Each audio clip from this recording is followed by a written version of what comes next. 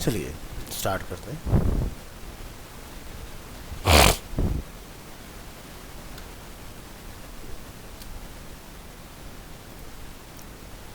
आज हम लोग HTML का टॉपिक डिस्कस कर रहे हैं, बेसिक एग्जांपल्स। और ये लास्ट क्लास का एक तरह का ना सम सॉर्ट ऑफ रिवीजन ही है, ठीक है। तो हमने जो भी चीज़ें लास्ट क्लास में यूज़ किया उसका और डिटेल्ड ब्रेकडाउन हम लोग यहाँ देखेंगे। All HTML documents must start with a document type declaration which is doc type HTML। अगर हम लोग अपने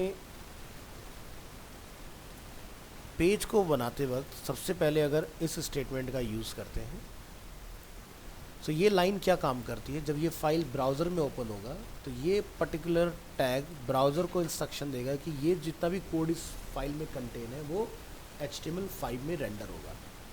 ये लगाना ज़रूरी है, मैंडेटरी कह सकते हैं। बट जब तक आप लोग ऑफलाइन सीख रहे हैं, मतलब कि ये फाइल लाइव कहीं डिप्लॉय नहीं होती है कहीं पर, किसी डोमेन पर।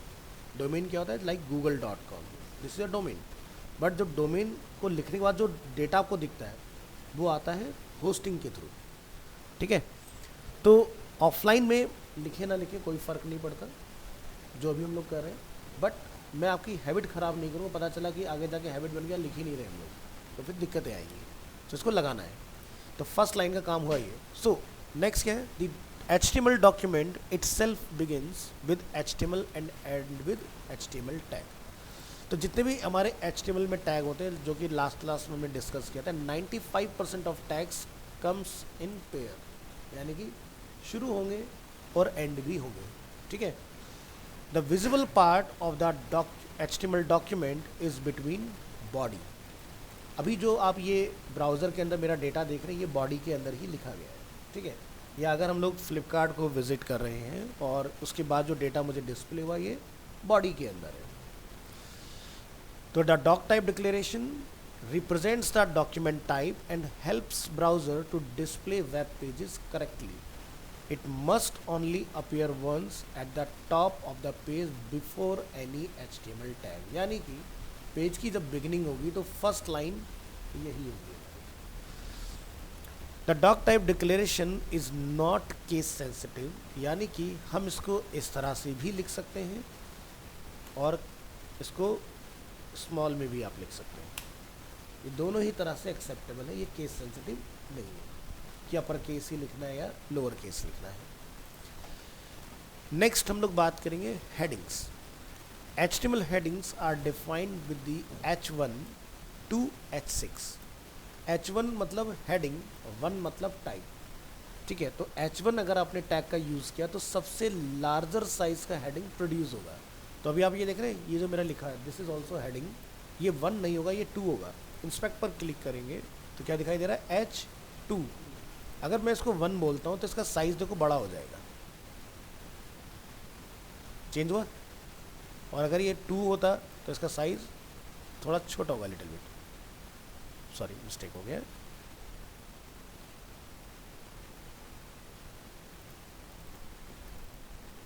ये देखिए 2, ये 3 है साइज। अगर हम लोग इसकी बात करते हैं, इंस्पेक्ट पर आएंगे तो ये क्या दिखाई दे रहा है, 3 साइज। तो 1 सबसे लार्जर साइज होता है और डॉक्यूमेंट में एक बार ही इस्तेमाल करना था, जो कि आप यहाँ देख रहे हैं। ये देखिए 1 है और ये 2 है, और ये जो हम लोग देख रहे हैं ये है 3। तो चलिए डिस्कस करते हैं इसके बारे में। 1 defines the most important heading and 6 defines the least important heading। अब जब भी आप कोई वेबसाइट बनाते हैं ना, तो हेडिंग का बहुत बड़ा रोल होता है। अगर आपकी वेबसाइट में H1 टैग नहीं होगा तो गूगल को फोकस कीवर्ड पता नहीं चलेगा कि आप कहना क्या चाहते हैं अपने वेबसाइट के बारे में।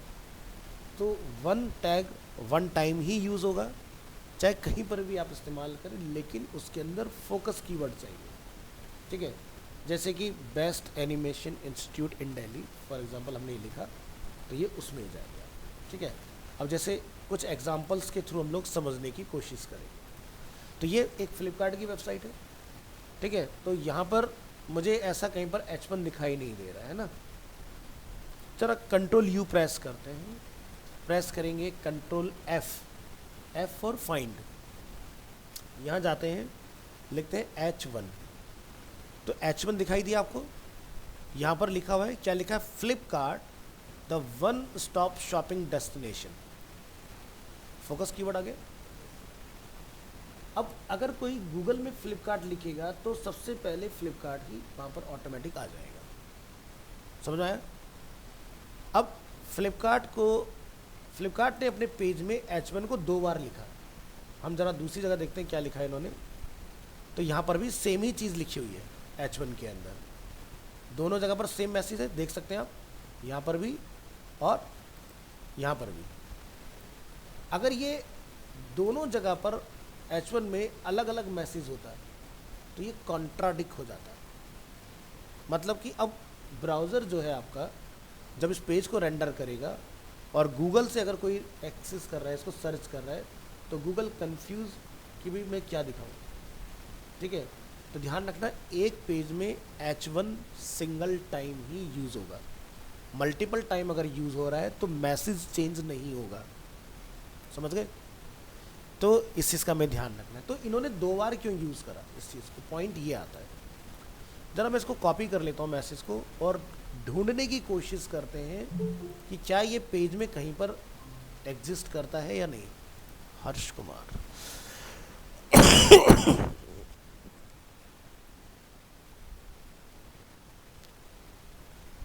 हर्ष आपका नेम क्या अटेंडेंस शीट में? हर्षित,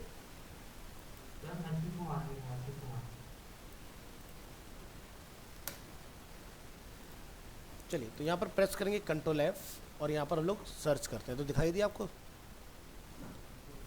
तो फ्रंट एंड में मुझे ये 1 टाइम ही दिखाई दे रहा है, बट जब मैं कोड में गया था तो मुझे 2 टाइम दिखाई दिया।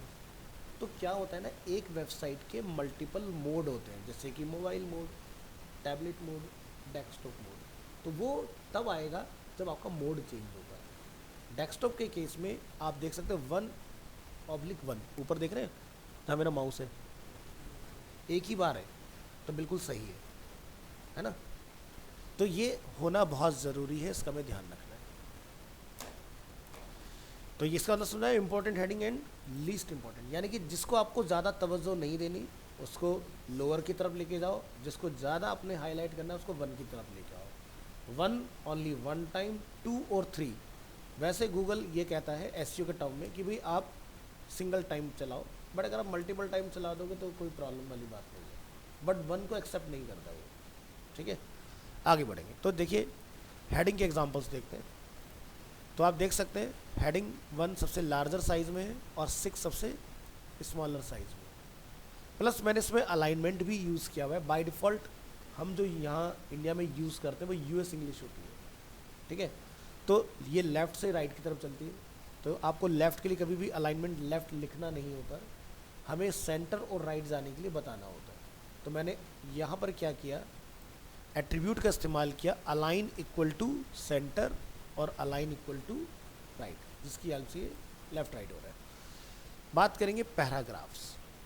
HTML paragraphs are defined with the P tag. तो HTML सीखना आसान क्यों है? क्योंकि जितने भी नंबर ऑफ टैग आप इस्तेमाल करेंगे उसका फर्स्ट लेटर ही टैग है। ठीक है, जैसे हेडिंग के लिए H, पैराग्राफ के लिए P, बोल्ड के लिए B, इटैलिक के लिए I, अंडरलाइन के लिए U। तो बहुत इजीली क्विकली आप समझ जाते हैं, है ना। तो ये हमारा पैराग्राफ, तो पैराग्राफ को हम लोग ओपन करेंगे। तो पैराग्राफ क्या होता है? मल्टीपल लाइंस जहाँ हमारा होता है वो आपका पैराग्राफ होता है। तो बाय डिफ़ॉल्ट अगेन ये भी आपको लेफ्ट मिलेगा। मैंने सेकंड पैराग्राफ को सेंटर लाइन किया है, तो आप देख सकते हैं लास्ट लाइन कहाँ है, मिडल में, है ना, सेंटर हॉरिजॉन्टल। थर्ड को हमने बोला राइट लाइन, तो ये देखें आप राइट से प्रॉपर है, लेफ्ट से जिगजैग दिखाई देगा। फोर्थ वाले को हमने बोला जस्टिफाइड, तो ये लेफ्ट और राइट बोथ साइड से प्रॉपर अलाइन मिलेगा आपको, है ना। तो न्यूज़ पेपर्स जो हम लोग देखते हैं वो क्या होते हैं? जस्टिफाइड होते हैं। मैगजीन्स जो आप पढ़ते थे अब तक, अब तो मैगजीन का धीरे धीरे ख़त्म ही होता जा रहा है। न्यूज़पेपर भी ऑलमोस्ट अब किसी किसी घर ही दिखाई देता है, तो सब लोग डिजिटल में स्विच कर गए। तो डिजिटल में भी अगर आप देखेंगे तो आपको कॉलम जो होते हैं प्रॉपर जस्टिफाइड मिलते हैं। अब मान लो कि न्यूज़पेपर अगर मैं इस तरह से ओपन करता हूँ फुल लेंथ में, अब वो टेक्स्ट आपका लेफ्ट यहाँ से इस तरह से गड़बड़ होगा, तो नेक्स्ट कॉलम में जब आप जाओगे तो सर दर्द होने लग जाएगा। बट अगर वो वेल अलाइन होगा तो टाइपोग्राफी मुझे ना इल्यूजन क्रिएट नहीं करेगी देखने में, है ना। तो इसलिए जस्टिफाई का सिर्फ और सिर्फ यूज़ आता है पैराग्राफ के केस में। तो पैराग्राफ मुझे 4 अलाइनमेंट ऑफर करता है, left, centre, right and fourth is justify. Heading मुझे 3 अलाइनमेंट ऑफर करेगा, left, centre, right, left is default, तो आपको ये मिलेगा। नेक्स्ट बात करते हैं लिंक्स। लिंक क्या होता है? HTML links are defined with the A tag. A मतलब एंकर टैग, यानी कि आप किसी लिंक पर कुछ अगर हुक करना चाहते हो तो वो आपको वहाँ बताना होगा, इसलिए इसको क्या बोलते हैं? Anchor. So link destination is specified in the href attribute. href means hyper reference, कि ए जो हमने बनाया हुक, उसके ऊपर यूज़र अगर क्लिक करेगा तो कहाँ जाएगा। एग्जाम्पल, हम फ्लिपकार्ट में हैं और यहाँ पर एक जैसे हम लोग देख रहे हैं ट्रैवल का कुछ दिखाई दे रहा है, हमने क्लिक किया तो हम लोग ट्रैवल के पार्ट पर आ गए, तो ये एक टैग का ही कमाल है, ठीक है। और ऊपर जो URL खुला ये href का काम है, तो इसको हम लोग देखेंगे। Attributes are use to provide additional information about HTML element. तो ये देखिए हमारी फाइल, हमने यहाँ पर क्या लिख रखा है? Visit Google.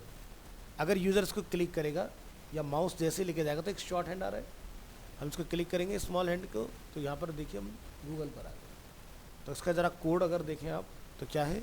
A tag, href means hyper reference, URL, target equal to हमने लिखा है ब्लैंक, हम चाहते हैं नए टैब में खुले, नई विंडो में खुले, ठीक है। और उसके बाद विजिट गूगल, यानी कि लिंक टेक्स्ट, और ए टैग क्लोज। इसको अभी आप डिटेल में आगे भी देखने वाले हैं। नेक्स्ट HTML में हम लोग बात करेंगे इमेजेस की। HTML images are defined with the image tag, img tag. तो एग्जाम्पल, जैसे कि आप फ्लिपकार्ट में देख रहे हैं, एग्जाम्पल अगर हम लोग google.com खोलते तो यहाँ पर इमेज दिखाई देता है आपको। अगर मैं इस इमेज के ऊपर राइट क्लिक कर लेता हूँ, इंस्पेक्ट कर लेता हूँ, तो क्या दिखाई दे रहा है? img टैग है यहाँ पर। चलो इधर आते हैं। The source file src and alternative text alt, width and height are provided as attributes. तो img हुआ टैग, ये सब क्या हुए? एट्रीब्यूट्स। तो ओपन करेंगे इमेज एग्जाम्पल, तो मेरे पास ये एक इमेज है, बट इस इमेज को फ्रंट एंड पर लाने के लिए मुझे पीछे क्या लिखना पड़ा? इमेज टैग, सोर्स, हमने बताया कि इमेजेस नाम से एक फ़ोल्डर मेरे इस जगह पर अवेलेबल है, और उसके अंदर ये मेरे पास इमेजेस यहाँ रखे हुए हैं, ठीक है। और उस इमेज को मैंने एक यहाँ पर alt दिया, alt मीन्स ऑल्टरनेट टेक्स्ट, और उसका नेम क्या है? Flower image. दूसरा मैंने यहाँ पर इसको बताया विड्थ, और मैंने इसको बताया यहाँ पर हाइट, ठीक है। तो ये आपका इमेज इस पर्टिकुलर साइज में यहाँ पर आपको डिस्प्ले हो रहा है, ठीक है। फिर क्या आता है आपका? How to view HTML source. तो एग्जाम्पल, अगर मैं इमेज वाले पार्ट की बात करता हूँ, मुझे इसका कोड चेक करना है, तो या तो आप Ctrl+U दबाइए तो आप कोड देख सकते हैं, या फिर आप राइट क्लिक करेंगे, क्या दिखाएगा? View page source. यही कुछ यहाँ पर मेंशन है। Have you ever seen a web page and wondered, hey how did they do that?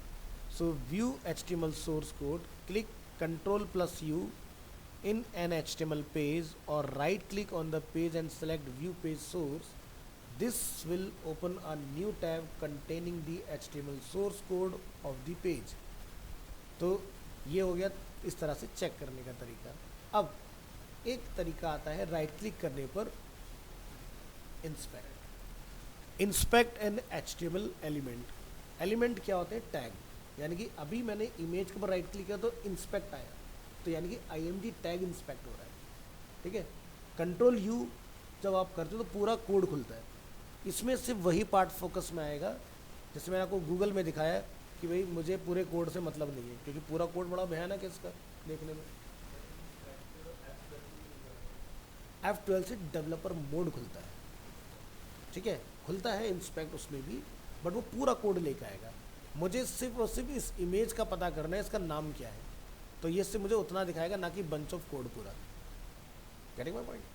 ठीक है, चलिए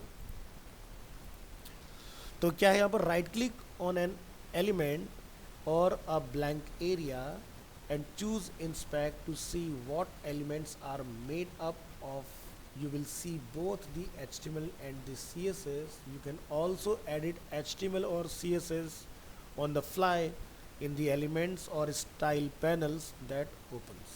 तो अगर हम यहाँ पर बात करते हैं इस गूगल की इमेज की, इंस्पेक्ट करते हैं, और अगर इसको बनाने में, इस इमेज को बनाने में अगर CSS का कोई रोल है तो CSS यहाँ दिखाई दे रहा है आपको, इधर यहाँ पर इसकी सारी प्रॉपर्टीज़ अवेलेबल है. ठीक है, तो ऑब्जेक्ट पोजीशन है, यहाँ पर फिट है, मैक्सिमम विड्थ है, ये सारी प्रॉपर्टीज़ यहाँ पर इसकी अवेलेबल है. ठीक है, तो मुझे अगर कुछ भी चेंज करना होगा तो मैं यहाँ से इसको चेंज वगैरह करवा सकता हूँ. तो यहाँ पर ज़रा पॉइंटर लेके जाइए.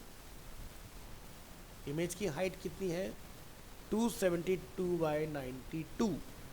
ये ज़रा ध्यान दो, यहाँ कहीं लिखा होगा. इंस्पेक्ट अगेन करेंगे, ये देखिए यहाँ लिखा है 92 हाइट, विड्थ. अब मुझे इसको चेंज करना है, मैं कहता हूँ भाई 500 कर दो इसको. ठीक है, और यहाँ पर हमने कितना बोला, इसको चेंज करके कि भाई इसको 200 कर दो एग्जाम्पल. तो क्या कोई चेंजेस आया यहाँ पर? नहीं आया ना, बट होना चाहिए था, क्योंकि ये दो जगह से कंट्रोल हो रहा है. क्या क्लास लग रही है, ये क्लास है यहाँ पर, ये क्लास इसको कंट्रोल कर रही है. अब देखो जैसे मैंने बंद किया, पहले जब मैंने बंद किया था तो कोई चेंज नहीं आया था ना, अब आया. दो चीज़ों का यूज़ हो रहा है. ठीक है, तो ये लेटर ऑन वाला टॉपिक है. जब लोग CSS सीख जाएंगे बहुत जल्दी आपको समझ में आने लग जाएंगी चीज़ें किस तरह से काम करती हैं. ठीक है, बट आप किसी भी साइट के ऊपर इस तरह से अगर कोई भी चेंजेस करते हो तो ये रन टाइम पर होता है, ये सेव नहीं होता है. मतलब ऐसा नहीं कि आपने यहाँ पे कुछ चेंज कर दिया तो जेनुअनली गूगल का इमेज बदल जाएगा, ऐसा कुछ नहीं, क्योंकि मेरा उसके ऊपर कोई राइट नहीं है. मैं अपने कंप्यूटर में जो मर्जी चेंजेस करूँ वो मेरे पास तक ही सीमित रहेंगे. ठीक है, वो भी टेम्परेरी बेसिस पर. जैसे ही पेज रिलोड होगा सारे चेंजेस आपके चले जाएंगे इसके ऊपर. तो ये क्लियर हुआ. चलिए नेक्स्ट टॉपिक पर आते हैं. तो ये हमने डिस्कस किया था बेसिक. बेसिक के बाद हम लोग बात करते हैं HTML डॉक्यूमेंट. तो HTML डॉक्यूमेंट बनाने के लिए आपको क्या करना होता है, और बॉडी में अगर आपने कुछ दिखाना है तो सबसे पहले क्या लिखते हैं, डॉक टाइप HTML, फिर हमारा मेन लैंग्वेज का नेम HTML. अब HTML दो पार्ट में डिवाइड होता है, हेड और बॉडी. हेड हमारे पेज की मेटा इन्फॉर्मेशन को स्टोर करता है, लाइक पेज का टाइटल क्या होगा. ग्रेजुअली शायद मे बी नेक्स्ट क्लास जब हमारी स्टार्ट होगी तो हम लोग स्टाइल पर पहुंचेंगे. मतलब कि स्टाइल जो CSS की बात होती है वो भी हेड में ही होती है, प्लस SEO से रिलेटेड जितना भी काम होता है वो भी हेड में ही आता है. ठीक है, तो हेड वाला पार्ट से एंड यूज़र का कोई लेना देना नहीं है. एंड यूज़र तो इंगेज होता है ना, बॉडी में क्या दिख रहा है. ठीक है, बट एंड यूज़र तक उस कंटेंट को पहुंचाने के लिए हेड का बहुत बड़ा रोल होता है. ठीक है भाई, सीधी सी बात है, हम सब लोग यहाँ पर बैठे हुए हैं, हमारी सबकी अपनी एक आइडेंटिटी है. बट सपोज कीजिए हमारा हेड नहीं है, तो हमारी क्या आइडेंटिटी है, नहीं है ना कुछ भी रियल लाइफ में देखा जाए तो. सिमिलरली वैसे ही एक वेब पेज होता है, अगर उसका हेड वेल कॉन्फ़िगर्ड नहीं होगा, वेल ऑप्टिमाइज्ड नहीं होगा, तो उसका कोई वजूद नहीं है. वो एक अनोनिमस पेज है, उस तक कोई नहीं पहुंच पाएगा. ठीक है, तो जब आप लिखते हो यहाँ जाके मोबाइल अंडर 15,000, तो अमेज़ॉन, फ्लिपकार्ट ये सब क्यों आ जाते हैं, क्योंकि इन्होंने इस कीवर्ड को हेड के टाइटल में ऑप्टिमाइज किया हुआ है. This is called SEO.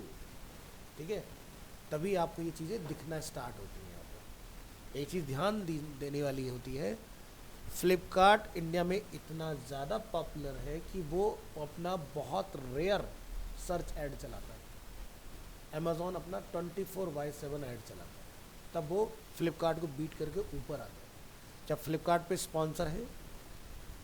नहीं है ना. स्पॉन्सर किसने लिखा हुआ है? अमेज़ॉन. ठीक है, तो इस तरह की चीज़ है.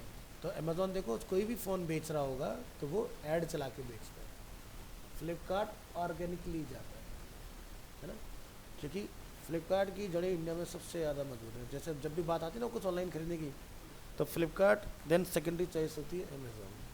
ठीक है, जैसे कुछ सर्च करने की बात आती है तो गूगल पहले प्रेफरेंस होती है, शायद उसके बाद दूसरी कोई प्रेफरेंस होती नहीं है, गूगल को हम लोग सबसे ज़्यादा प्रेफर करते हैं ना।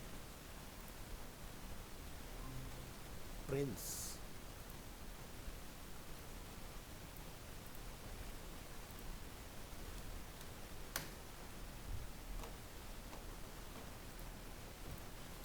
जबकि देखा जाए तो फर्स्ट सर्च इंजन जो था वो था याहू, ठीक है, और उसने बहुत लंबे टाइम तक राज किया।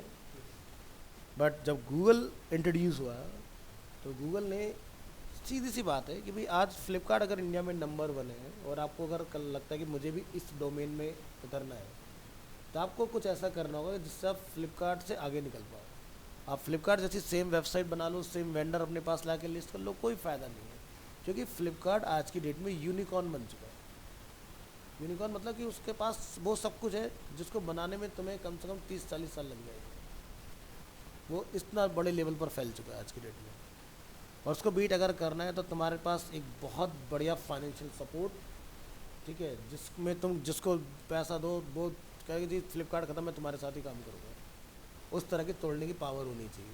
जैसे गवर्नमेंट MP MLA सब खरीद डालती 2 मिनट में, भैया मेरी सरकार आ रही है, बताओ आने का कि नहीं, ठीक है। तो फ्लिपकार्ट से अगर आप फेस टू फेस जाओगे, हेड ऑन में जाओगे, तो कोई फ़ायदा नहीं है जीतने का, क्योंकि भाई वो आज के में इतने बढ़िया ऑफर्स लेके आता है। तो पहली चीज़ तो होगी कॉस्ट, चलो ठीक है आप कॉस्ट में आ जाते, तो दूसरा फैक्टर क्या आता है, ट्रस्ट। भाई एक एंड यूज़र तुम पे ट्रस्ट कैसे करे, तो वो क्रेडिबिलिटी बिल्ड करने के लिए तो टाइम चाहिए। फ्लिपकार्ट 2008 से 16 साल उसको हो चुके हैं इस चीज़ के अंदर, तो वो भरोसा कहाँ से लाओगे। चलो वो भी ले आए, उसके बाद में रिफ़ंड कैंसिलेशन, उस पर कितना अच्छे से हैंडल करोगे, मेरा प्रोडक्ट कितनी तेज़ी से पहुँचा दोगे आप। तो देख रहे हो ना, पूरा एक नेटवर्क है। तो आज धीरे धीरे फ्लिपकार्ट ने, आप देखते हो एक आता है डिलीवरी देने बंदा ई कार्ट, वो भी फ्लिपकार्ट ही है। आप मिंत्रा चलाते हो वो भी फ्लिपकार्ट ही है। आप शॉप्सी चलाते हो वो भी फ्लिपकार्ट ही है। तो समझ रहे हो कितना बड़ा नेटवर्क है। तो यानी कि आसान नहीं है उसके साथ।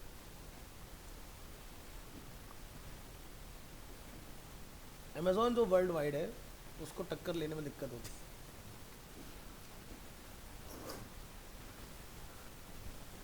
तो हेड और बॉडी, बॉडी वो पार्ट जो एंड यूज़र को डिस्प्ले होता है, ये वाला पार्ट, और हेड ये पार्ट है कि हमारे पेज का URL, हमारे पेज का टाइटल जो ऊपर लिखा रहा है, flight booking cheap flight lowest air tickets at Flipkart, ठीक है। तब मान लो कोई यहाँ पर नेट पे सर्च करता है कि भाई लाइक चीप फ्लाइट्स या लोएस्ट एयर टिकट्स, तो फ्लिपकार्ट का लिफ्ट होने का चांसेस वहाँ पर ज़्यादा है, ठीक है।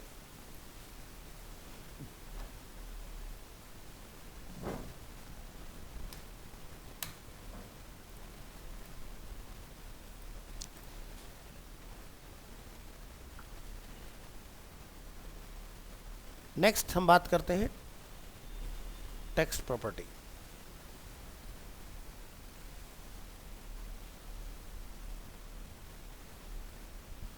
इसको मैं चेंज करके यहाँ से कराऊंगा आपको, 1 मिनट रुकिएगा।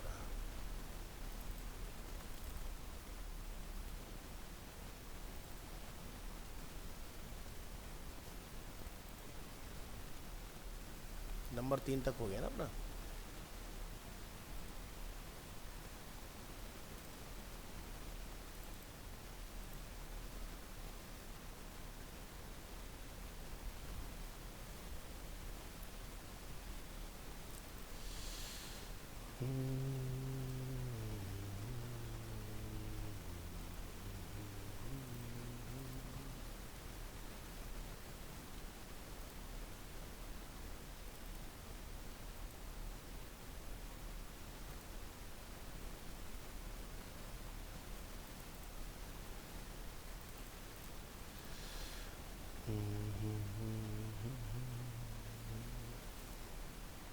चलिए बात करते हैं एलिमेंट्स।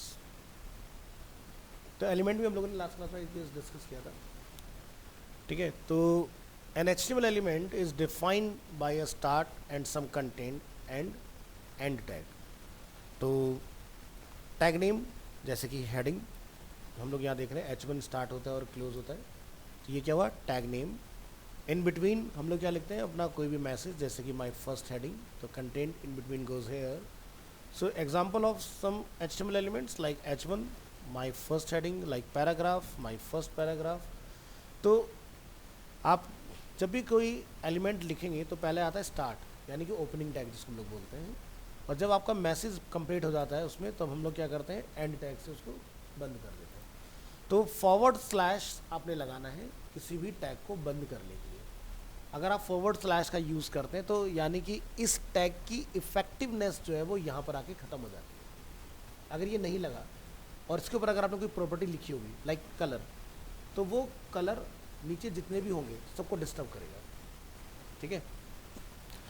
नेक्स्ट हम लोग यहाँ देख रहे हैं पैराग्राफ. तो यहाँ पर आप नोटिस करेंगे H1 अपने अंदर इन्फॉर्मेशन स्टोर करता है और क्लोज हो जाता है, पैराग्राफ स्टोर करता है, इन्फॉर्मेशन क्लोज हो जाता है, लेकिन एक टैग आया यहाँ पर BR. BR मीन्स ब्रेक, यानी कि आप मान लो कोई पैराग्राफ बनाते हैं और पैराग्राफ में मल्टीपल लाइन्स हैं, तो आप क्या करते हो एंटर लगा के नेक्स्ट लाइन में ले जाते हो. ठीक है. बट कोडिंग के टर्म में एंटर काम नहीं करता.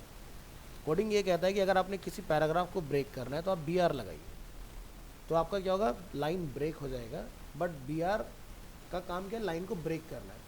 तो लाइन ब्रेक हो गई, लेकिन वो अपने अंदर कुछ स्टोर तो कर ही नहीं रहा ना, इसलिए क्या होता है बंद नहीं होता, तो इसका कोई एंड नहीं है. यानी कि BR कुछ स्टोर करेगा नन, और कोई इसका एंड टैग होता है नन, तो ये कुछ भी अपने अंदर कंटेन नहीं कर रहा है. तो टैग्स जो आपको पेयर में मिलेंगे वो मान के चलिए 95% आपको टैग मिलेंगे ओपनिंग और क्लोजिंग के साथ. 5% टैग्स ऐसे होते हैं जो आपके क्लोज नहीं होते. So some HTML elements have no content like BR element. These elements are called empty elements. Empty elements do not have an end tag. बात करते हैं nested HTML elements. अब nested HTML element क्या होता है? आपने नोटिस किया कि जब पेज हमारा कोड लिखना स्टार्ट होता है HTML आया, उसके अंदर क्या था हेड, हेड के अंदर क्या था टाइटल. अगर मैं टाइटल को डायरेक्ट लिख देता हूँ क्लोज टू HTML तो ये काम नहीं करता, क्योंकि इसका स्ट्रक्चर है. तो HTML के अंदर अगर हेड है तो वो हेड क्या और नेस्टेड हुआ किसका, HTML का. हेड के अंदर क्या है टाइटल, तो वो नेस्टेड किसका हुआ, हेड का. ठीक है. तो इस तरह से ये एक हायरार्की है जिस तरह से काम करती हैं चीज़ें. So all HTML document consist of nested HTML elements. मतलब मीन्स क्या हुआ, HTML elements can be nested. This means that element can contain other element. यानी कि अगर चाइल्ड तक की अगर हम लोग बात करें तो पेरेंट का होना ज़रूरी है, तभी चाइल्ड होगा, अदरवाइज तो उसका कोई एग्जिस्टेंस होगा नहीं, है ना. तो यहाँ पर आप देखेंगे पूरे HTML ने हेड और बॉडी दोनों को संभाला होता है. ठीक है. और बॉडी के अंदर जो भी इंफॉर्मेशन होती है वो स्टोर होती है. तो ये जितना भी एलिमेंट हम लोग यहाँ लिख रहे हैं ये नेस्टेड हुआ किसका, बॉडी का. इस एग्जांपल मैंने हेड को नहीं लिया है, बट मैंने आपको समझा दिया है कि हेड के अंदर जो है आपका टाइटल जो हुआ वो नेस्टेड का एग्जांपल हुआ. सो एग्जांपल को समझते हैं ज़रा. The HTML element is the root element and it defines the whole HTML document. It has a start tag HTML and end tag HTML. Then inside the HTML element there is a body element, और body के अंदर आपका कुछ इस तरह से message होता है. The body element defines the document body. It has a start body and end tag body. Then inside the body element there are two other element H1 and paragraph. ठीक है. तो ये क्या हुआ आपके nested element हो गए. तो the H1 element defines a heading. It has a start H1 and end H1, my first heading. Then second is paragraph element defines a paragraph. तो इस तरह से आपका चलेगा पार्ट. तो ये हुआ nested of body. Body nested हुआ किसका, HTML का, इस तरह से. So never skip the end tag, यानी कि हम बात करें क्लोजिंग की, तो some HTML elements will display correctly even if you forget to end tag. अब मान लो कि आपने ऑफलाइन काम कर रहे हो, आपने पैराग्राफ बनाए 2 लेकिन बंद करना भूल गए, ये दिक्कत नहीं करेगा, सही चलेगा. और ये दिक्कत कब करेगा कि अगर मैं पहले वाले पैराग्राफ को भी प्रॉपर्टी देता हूँ कि भाई पहला वाला कलर जो पैराग्राफ है उसका कलर होगा रेड, दूसरे का होगा ग्रीन, तो ग्रीन रेंडर नहीं होने देगा, रेड की प्रॉपर्टी नीचे वाले में आ जाएगी. ठीक है. तो ये देखो हमने एंड नहीं किया, तो आउटपुट आप देख रहे हैं क्या आ रहा है, बिल्कुल सही। ज़रा इसका मैं इंस्पेक्ट करके आपको दिखा देता हूँ। यहाँ पर देखो मैंने ये डिफाइन किया है इसको इस तरह से,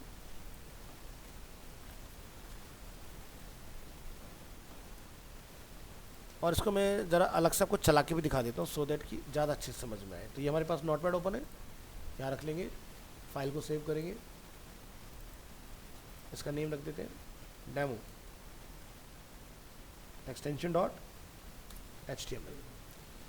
अब हम लोग अपनी इस डेमो फाइल को रन करेंगे, ब्राउज़र में लेकर आएंगे। देखो दोनों बिल्कुल बढ़िया आ रहे हैं, कंट्रोल यू करके देखो, खुले हुए हैं ना, सही चल रहा है। तो यहाँ पर हम लोग यही चीज़ को क्लियर कर रहे हैं कि सम HTML elements will display correctly even if you forget the end tag. अब मैं भूल जाता हूँ एग्जाम्पल के तौर पर कि भी मैंने यहाँ पर लिखा हेड, मैंने यहाँ लिखा टाइटल, मैंने इसको नेम दिया एग्जाम्पल, और मैंने यहाँ पर लिखा अगेन टाइटल, और हेड को हमने क्या किया क्लोज, राइट। तो इसको ज़रा एंटर लगा के अलग कर लेते हैं ताकि आपको बॉडी और हेड अपना क्लियरली विजिबल हो। ब्राउज़र में आएंगे, अभी के लिए आप यहाँ नोटिस करेंगे कि जो मेरा पेज है उस पर लिखा है demo.html। तो टाइटल जो होता है हमारा टैब का जो टाइटल है वो demo.html क्यों आ रहा है, क्योंकि इस फाइल का हेड मिसिंग है। बट अगर आपका हेड होगा और रिलोड करोगे तो देखो क्या लिखा रहा है एग्जाम्पल, देखो लिखा रहा है ऊपर। अब मान लो कि गलती से आप टाइटल को बंद करना भूल गए, ठीक है, तो टाइटल आपके पूरे बॉडी को ले डूबता है, कुछ भी नहीं आएगा, ये बर्दाश्त नहीं करेगा खुला रहेगा, समझ गए ना। और सबसे ज़्यादा बिगिनिंग में स्टूडेंट से यही गलती होती है, वो कहते हैं सर पूरा कोड सही है, मैंने आपकी वीडियो देख के मैच कर लिया लेकिन आउटपुट नहीं आ रहा। और दिक्कत क्या होती है कि गलती से टाइटल खुला रह गया हमसे। तो टाइटल इतना सेंसिटिव है कि वो रखा है किसके अंदर, हेड के अंदर, लेकिन वो इतना पावरफुल है कि उस सबको डिस्टर्ब कर देगा, समझ गए ना। तो बॉडी के अंदर चीज़ें चल जाती हैं लेकिन हेड ही गलत हो गया तो बॉडी क्या करेगा, समझ गए ना। तो हेड बहुत इंपॉर्टेंट रोल प्ले करता है।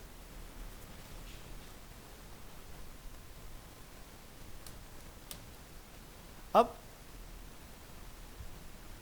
एग्जाम्पल के लिए मैं यहाँ पर जाके लिखता हूँ पैराग्राफ को अलाइन इक्वल टू सेंटर, लेकिन उससे पहले मैं उसका आउटपुट ले आता हूँ ताकि आपको समझ में आए अच्छे से। हमने रिलोड किया, डेटा आ गया वापस, टाइटल बंद करते ही हमने लिखा अलाइन सेंटर, ये सेंटर आ गया। हमने यहाँ जाके सेंटर लिखा था पहले वाले को, लेकिन उसने बिल्कुल भी दूसरे वाले को डिस्टर्ब नहीं किया। अब ज़रा मैं यहाँ पर एक नया लिखता हूँ फॉन्ट टैग, ठीक है, हमने लिखा कलर इक्वल टू रेड हो जाए, और फॉन्ट टैग को मैंने यहाँ पर कर दिया क्लोज। तो यानी कि इसकी जो इफेक्टिवनेस है वो यहाँ से यहाँ तक है, तो यानी कि इतना ही पार्ट रेड होगा। अब ज़रा खुला छोड़ दो, समझ में आ रहा है। तो कुछ ही टैग ऐसे हैं जो गड़बड़ कर दो एडजस्ट कर लेंगे, हर एक टैग ऐसा नहीं है। तो इस स्टेटमेंट का मतलब समझ में आया अच्छे से, ठीक है। तो ये चीज़, so however never rely on this, unexpected results and errors may occurs if you forget the end tag. तो अब मान लो कि आपकी हैबिट ही बन गई, पैराग्राफ को बंद नहीं करते, चल ही जाता है हर बार, कल को कहीं और खुला छोड़ तो तुम्हारे लिए आगे जाके दिक्कत करेगा, क्योंकि HTML के एरर को डायग्नोस करने का कोई भी तरीका नहीं है। गड़बड़ हो गई तो आपको पूरा लाइन बाय लाइन कोड पढ़ के आना पड़ेगा तभी ढूंढ पाओगे। ऐसा कोई तरीका नहीं है कि भी इस लाइन नंबर में तुमसे गलती हो गई और तुम पता लगा लोगे, ठीक है। Next, empty HTML element. HTML element with no content are called empty element. The BR tag defines a line break and is an empty element without a closing tag. तो हमने यहाँ पर लिखा this is a paragraph with a line break, तो मैंने यहाँ BR लगाया तो देखो ब्रेक हो गया यहाँ से, है ना। Next, HTML is not case sensitive, यानी कि आप पैराग्राफ स्मॉल में लिखो, कैपिटल में लिखो, कोई दिक्कत नहीं है।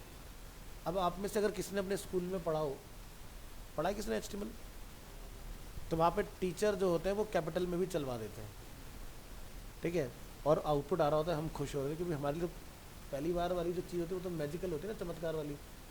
लेकिन टेक्निकली जो होता है वो क्या होता है, वो गलत है, कैपिटल नहीं लिखना चाहिए।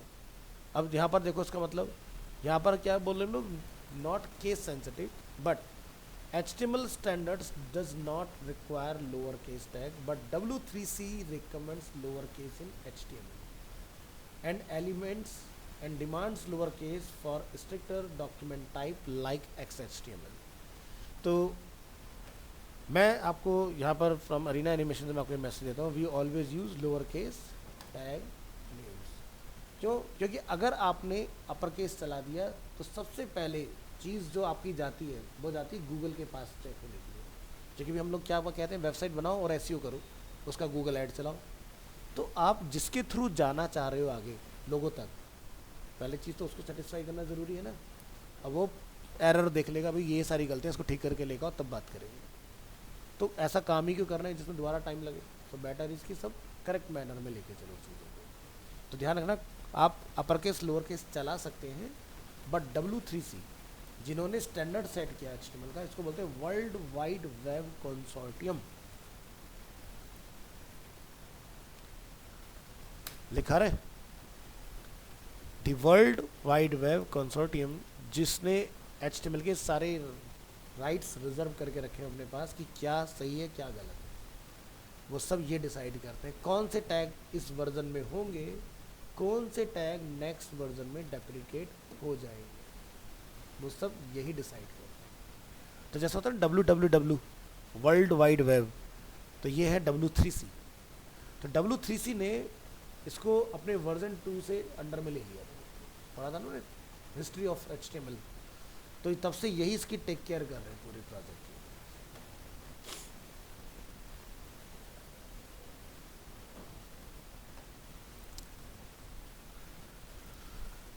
तो ये पार्ट हमारा हो गया।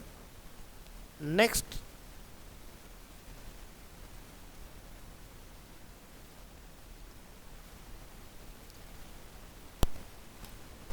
हम बात करेंगे HTML में एट्रीब्यूट्स।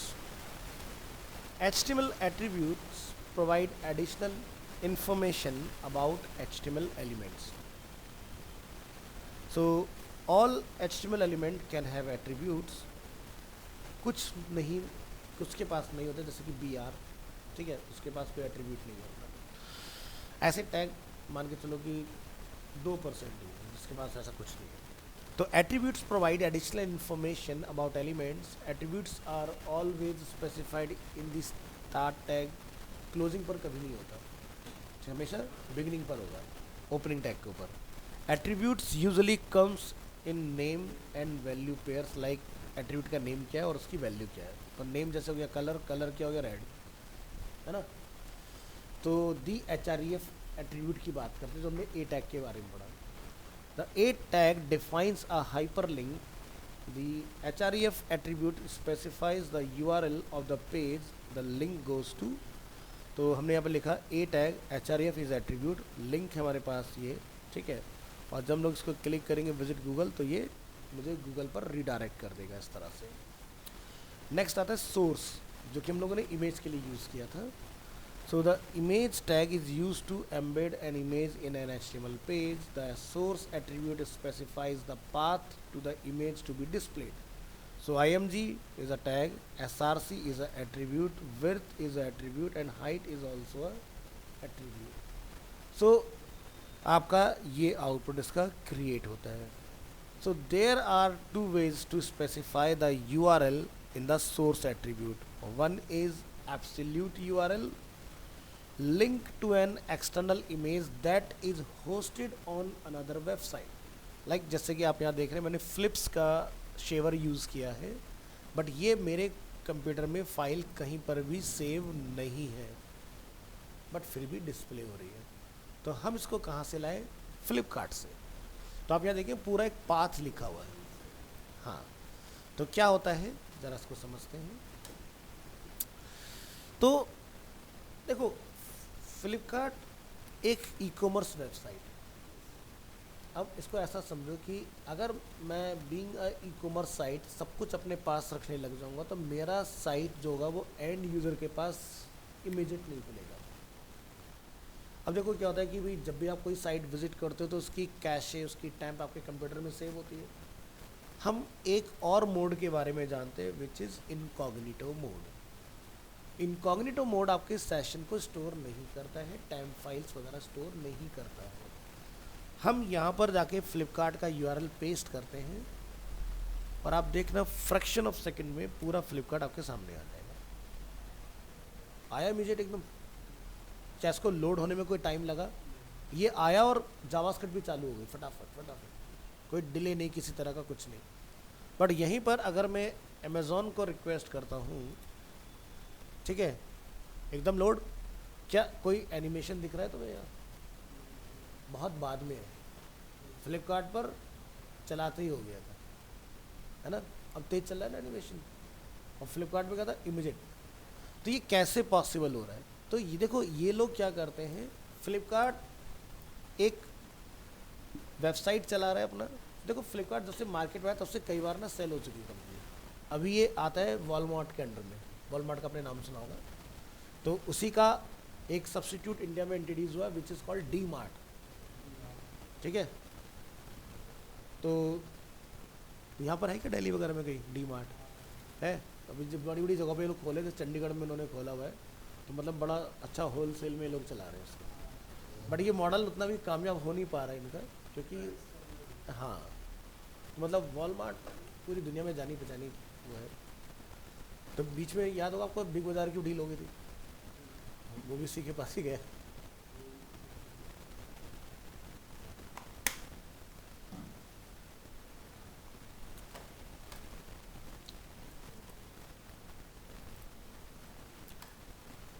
तो एक छोटा सा एग्जांपल कि भाई फ्लिपकार्ट है जो इसको चला रहे थे लोग, ठीक है, वो यहीं के थे अपने सारे, तो कोई ऐसा लॉस में तो नहीं था। बट कहते ना कि हर चीज़ की एक कीमत है, और वो कीमत अगर मुंह मांगी हो तो क्या ही कहने, है ना। तो जैसे आप देखते हैं यूट्यूब के ऊपर आपको एक दुबई का बंदा दिखता है जो कार का बहुत बड़ा फ़ैन है, ठीक है। तो जैसे एक देखते हो ना सुपर कार्स ब्लॉन्डी करके एक चैनल आता है, जो उसमें वो एक लेडी है जो सभी दुनिया के अंदर घूम घूम के सुपर कार्स के बारे में आपको इंट्रोड्यूस कराती है। ऐसे भी आजकल एक दुबई का बंदा चला, शेख है कोई, मुझे उसका नाम ध्यान नहीं आ रहा अभी। तो बड़े बड़े सुपर शोरूम पर जाता है वो, और हर एक कार को वैसा 2 मिनट में खरीद के आ जाता है।